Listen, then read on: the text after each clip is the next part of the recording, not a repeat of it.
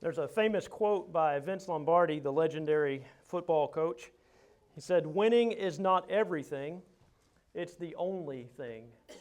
This morning we're going to be looking at a passage that kind of reflects that. It's 1 Corinthians 9:24 through 27. I would encourage you to turn there. 1 Corinthians chapter 9, verses 24 through 27. I'm going to kind of nerd out for a few minutes. I know that this is probably not popular, but I'm going to do it. We're going to read through this passage, and then I want you to pay attention to some of the words in it. And I left you enough space on the worksheet that you can make notes regarding these words, but I think that they're rather interesting, and they'll come into play as we move along in our study. So let's go ahead and read the text and then go back and look at some of the definitions. Paul writes, "Do you not know that those who run in a race all run, but one receives the prize? Run in such a way that you may obtain it. And everyone who competes for the prize is temperate in all things. Now they do it to obtain a perishable crown, but we for an imperishable crown. Therefore I run thus, not with uncertainty. Thus I fight, not as one who beats the air, but I discipline my body and bring it into subjection, lest when I have preached to others, I myself should become disqualified." So just for a moment, go with me through this text, look at some definitions or descriptions of some of these words, and again, you'll see how they come into play as we move along this morning. Do you not know? The word know here has to do with knowing by experience.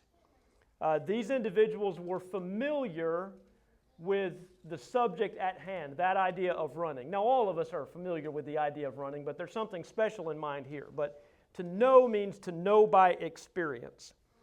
Then he says, "Do you not know that those who run in a race all run?" This is a word in the Greek is stadion.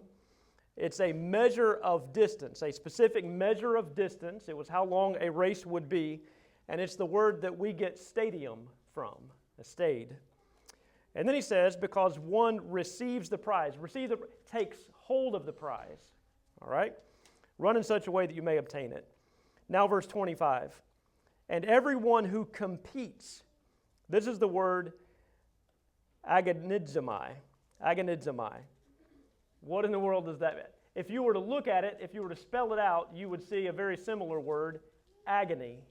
That's the idea, agony. It means to struggle, to contend, to endeavor, to fight.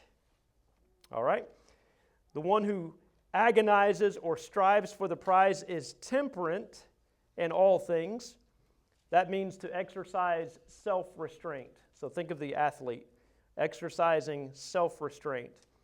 Now they do it to attain a perishable crown, but we for an imperishable crown. The word crown here is not like a king's crown, but rather it has to do with a twine or a wreath. A twine or a wreath. And it's the winner's crown. It's a crown of honor or glory. It's a trophy. All right? In verse 26, "Therefore I run thus, not with uncertainty. Thus I fight." The word fight means to contend as a boxer. So this is one of the analogies or metaphors that Paul is using. This has to do with fighting like a boxer, not as one who beats the air. What is that? That's shadow boxing. So you can kind of picture that. When I worked over in Pensacola at a sign shop, it was on Highway 29, and every day, there was this older gentleman. He was probably in his 70s, if not more. But he would walk by, but he wasn't really walking. He was kind of trotting. And he would throw his hands up in the air, and he'd turn around and he'd trot backwards, and he was shadow boxing. I don't know what that man's past was. Now looking back, I wish that I had gone out and just had a discussion with him. But every day that man was shadow boxing. Verse 27 then, "But I discipline my body and bring it into subjection." The word discipline comes from an idea of striking under the eye. So you go back to the boxing, and this is the idea of punching, and it's punching below the eye. And bring it into subjection.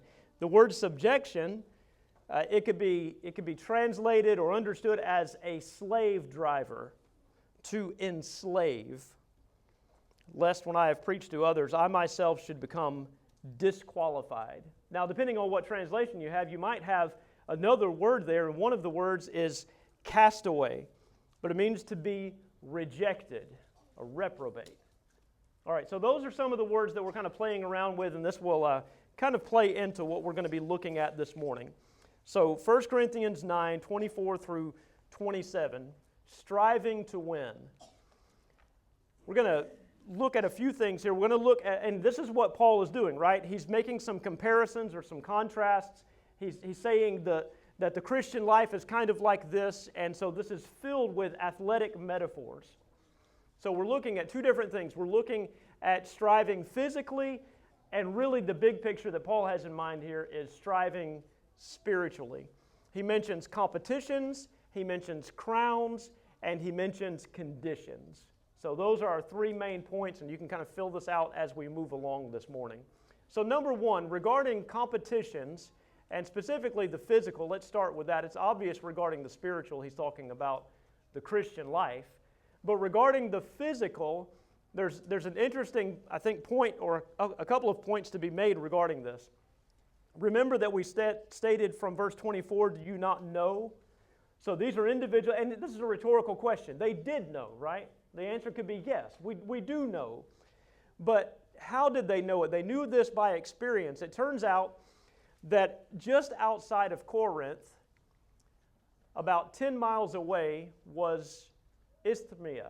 This was on the isthmus of Corinth, but it was a place where they held games every 2 years. In fact, there were 4 major games in the Greek world and in the Roman world, the first one of which all of us are familiar with, right? The Olympics. That was the main one. But right behind this, in second place, as far as popularity is concerned and as far as the significance of it is concerned, were games held at Isthmia. Say that on your own. All right, so Isthmia. So these games were rather interesting.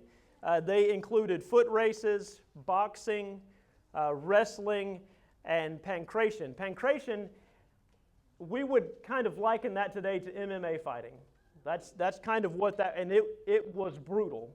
We'll probably say more about that in a moment, but it was rather brutal. So here's what he has in mind. So these individuals are very familiar with this. A couple of other things going on. It turns out that these games kind of disappeared for a little while. They started like 400 years before Christ and continued on. They were held in honor of Poseidon. In fact, at this location there was a temple or a sanctuary, and in this sanctuary the athletes would take oaths. They would vow to run or compete in whatever the competition was in accordance to the rules. And if they did not do so, they would become disqualified. Remember, again, those words there.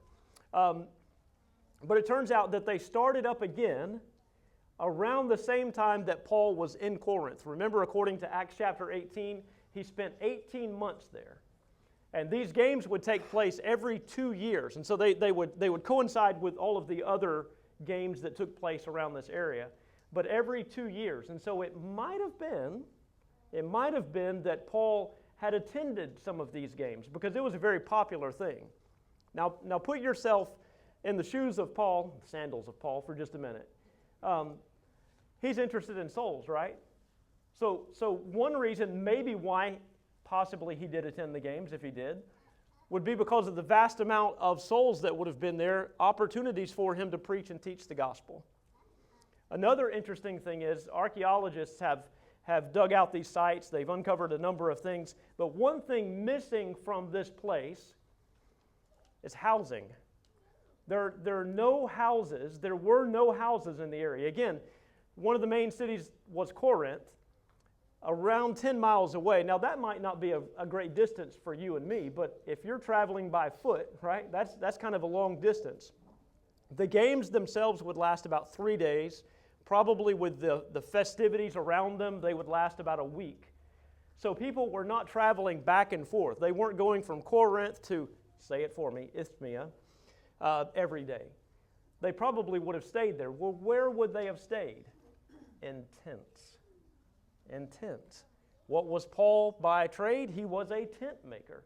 So this could have been a business venture for Paul as well. Kind of going back to the context of what we're reading here. Remember in 1 Corinthians 8, Paul is talking about withholding himself from certain liberties, right? Not eating meat if it offends a brother.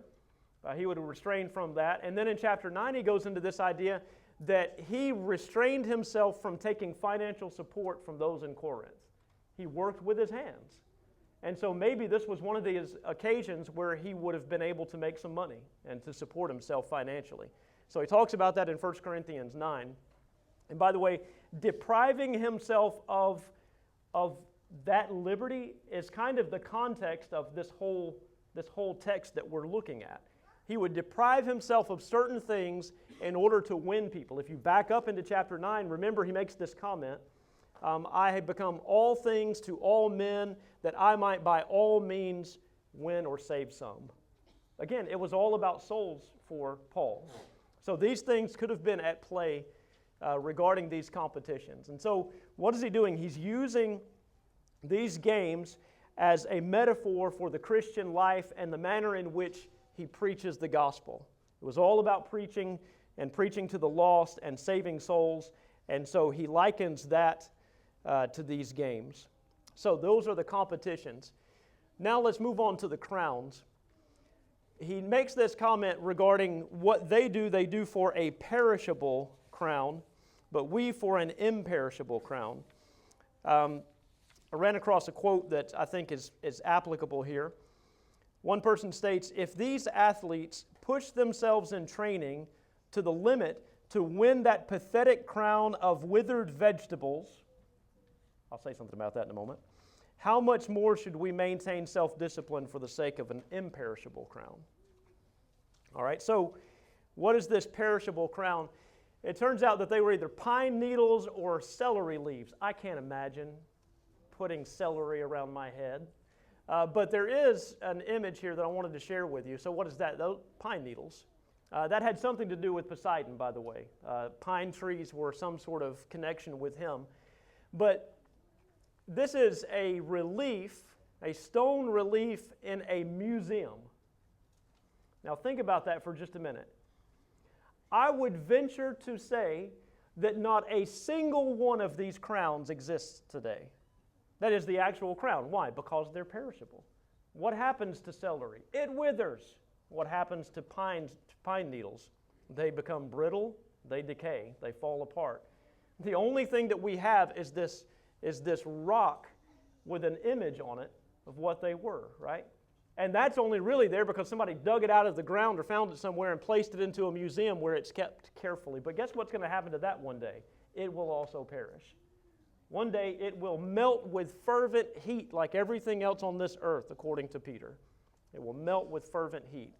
So this is the crown that they would have won.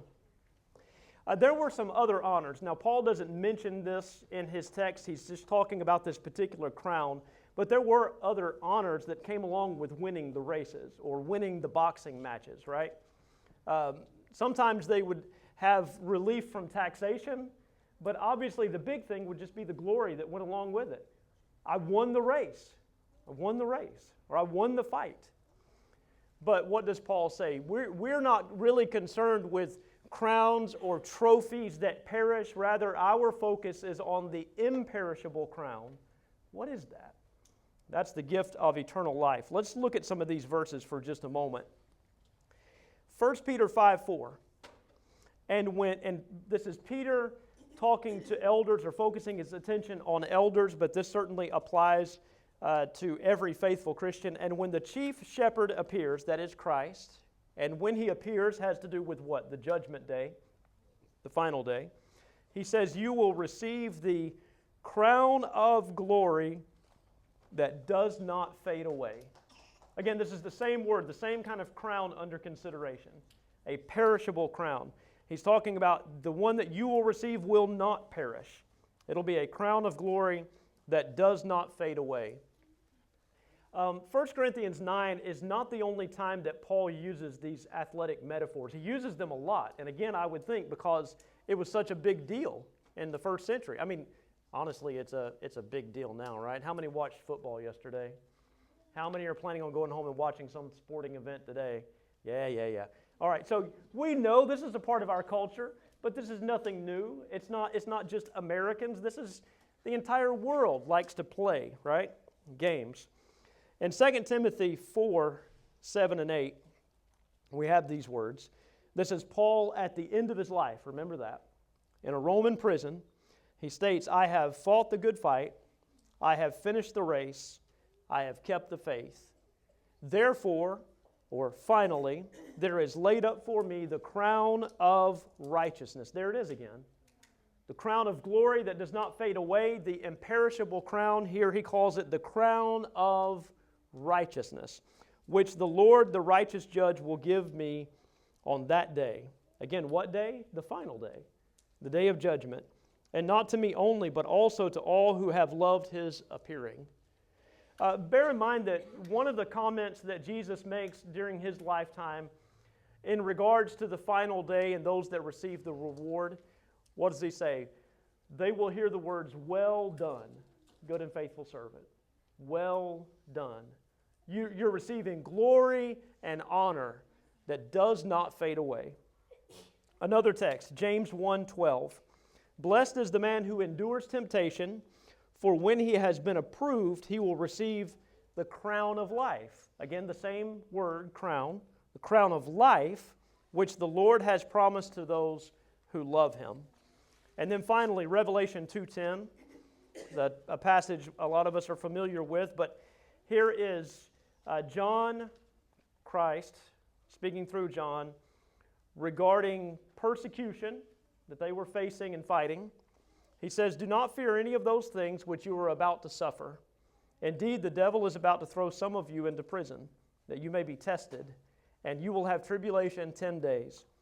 And then he states this, but be faithful until death, and I will give you the crown of life.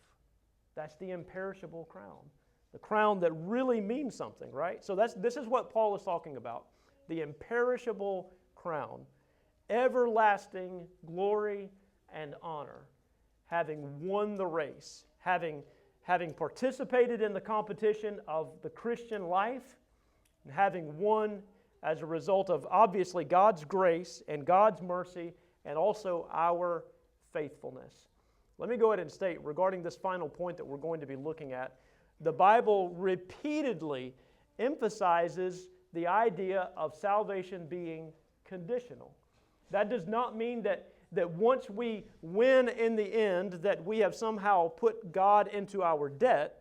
It is God recognizing our faithfulness. It is still God being merciful to us as a result of our lives dedicated to Him. So let's now look at the final point here, the conditions. Regarding the physical, I ran across this.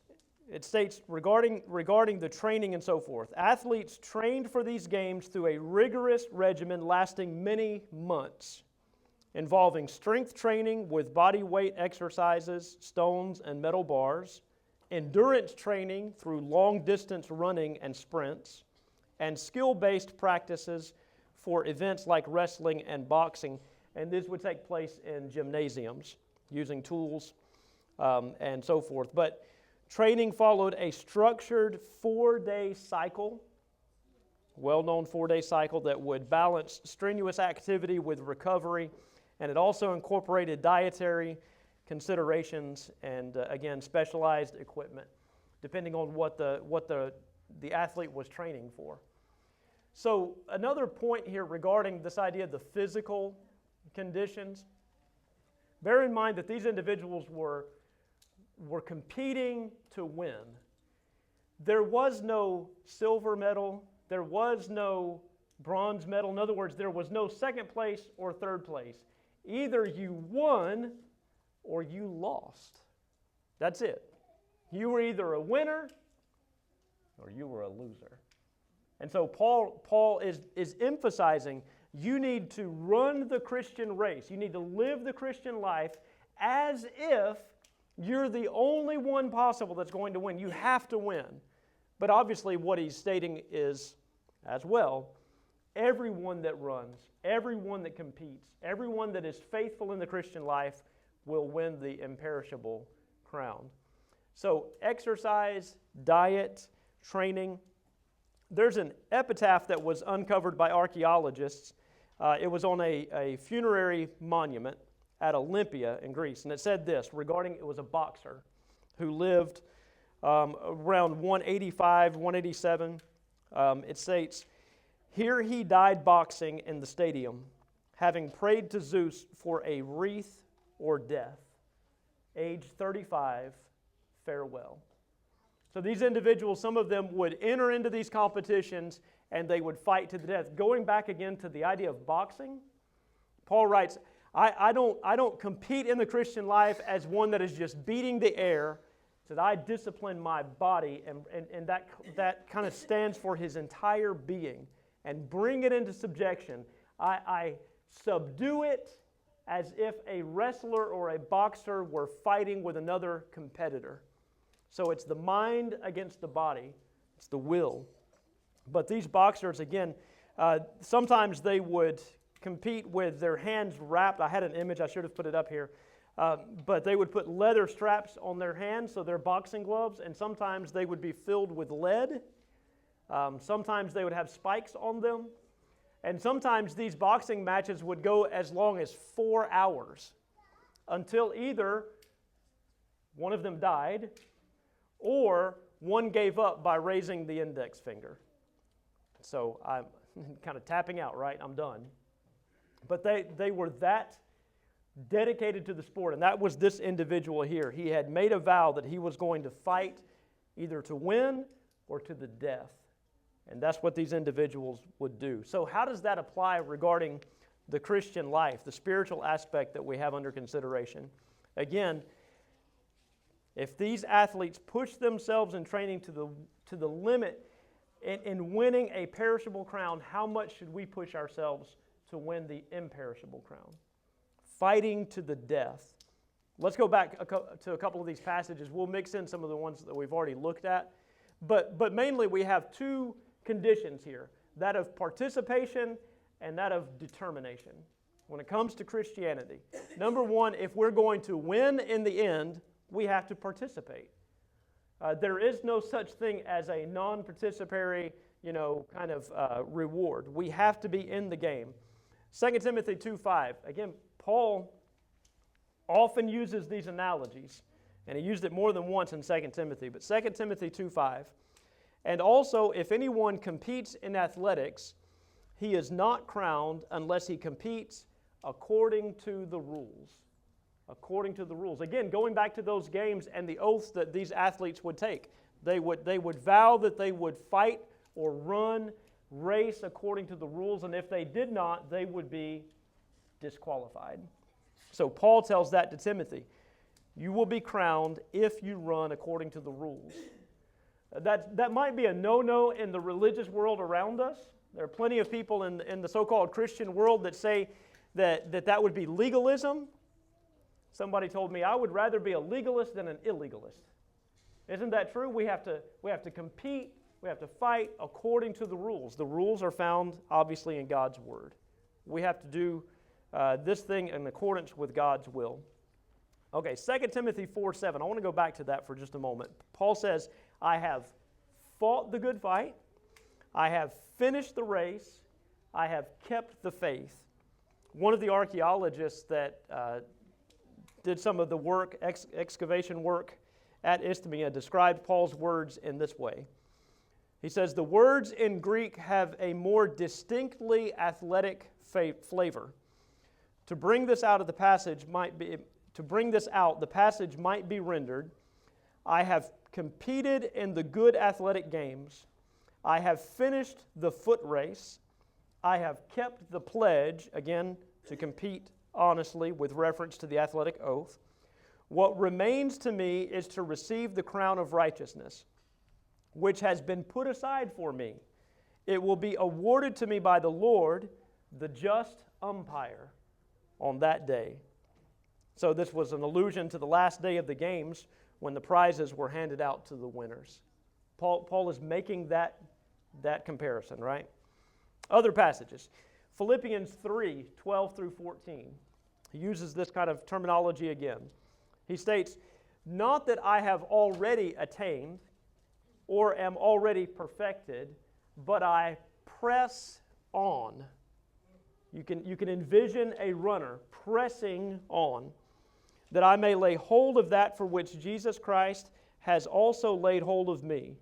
Brethren, I do not count myself to have apprehended." I have not yet gotten the prize, right? I have not yet won the race.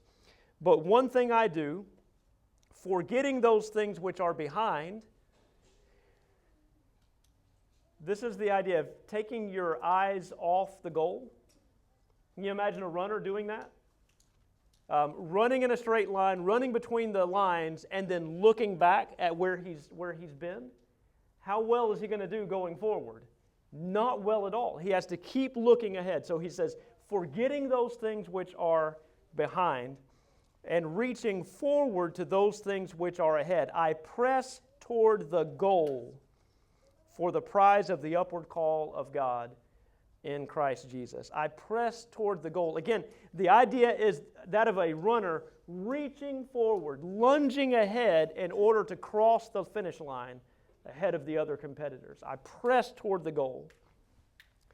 There was, and these have been found as well, at the other end of the track, there would have been a stone-type structure, and all of the runners would keep their eyes on the stone structure.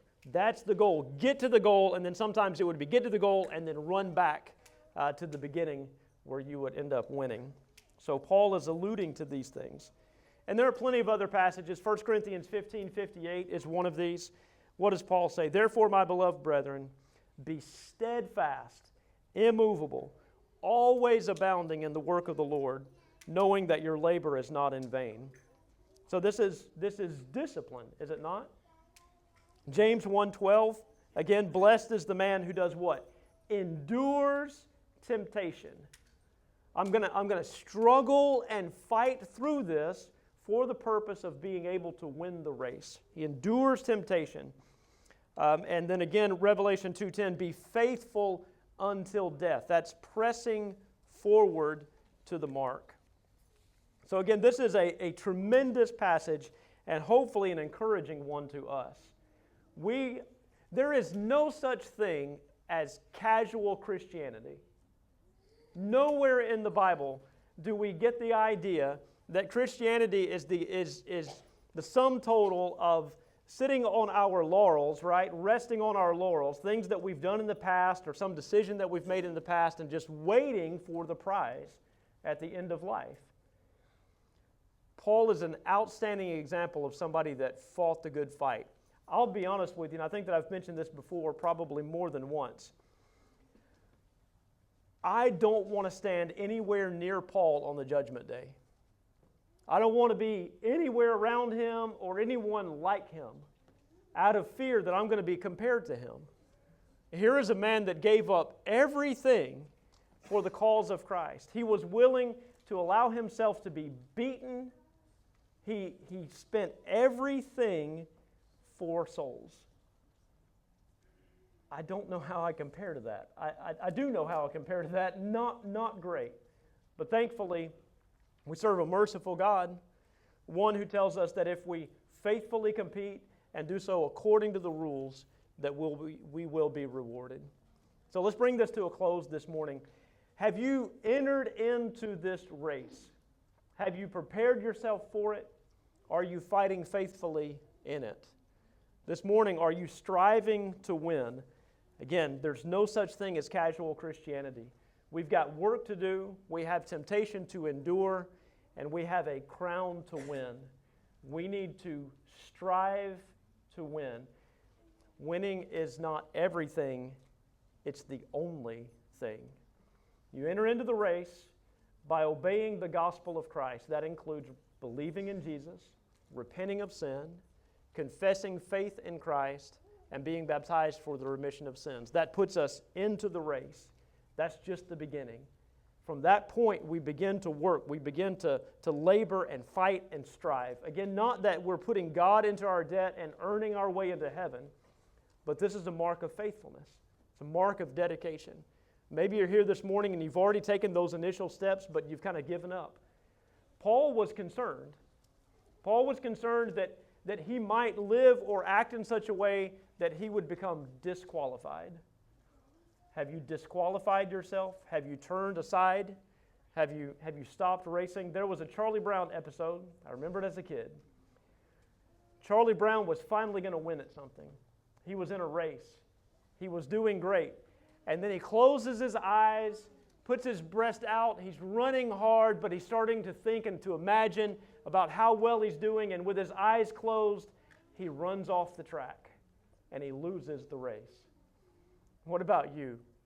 Are you still in the race? Have you given up? Are you thinking about things that you ought not be, distracted by things that you shouldn't be distracted by?